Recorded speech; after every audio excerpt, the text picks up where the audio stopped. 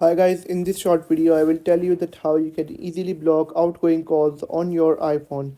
So that's quite simple, but before starting the tutorial make sure that you have subscribed to my channel and make sure to watch the video till end so you don't make any mistake. So first of all open up the settings. Now click on screen time.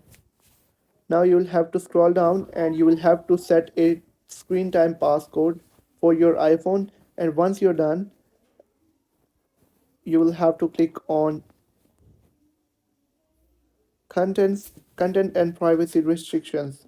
Once you click on it, content and privacy restrictions, toggle it on, and it will ask you to enter your screen time passcode that you have previously set up. And after entering that you will have to go to allowed apps on the second number.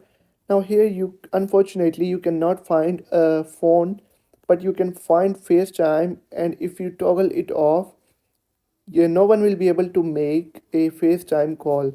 So that's how you can easily turn off or block outgoing calls on your iPhone. If you have found the video helpful, make sure to like the video and subscribe to my channel.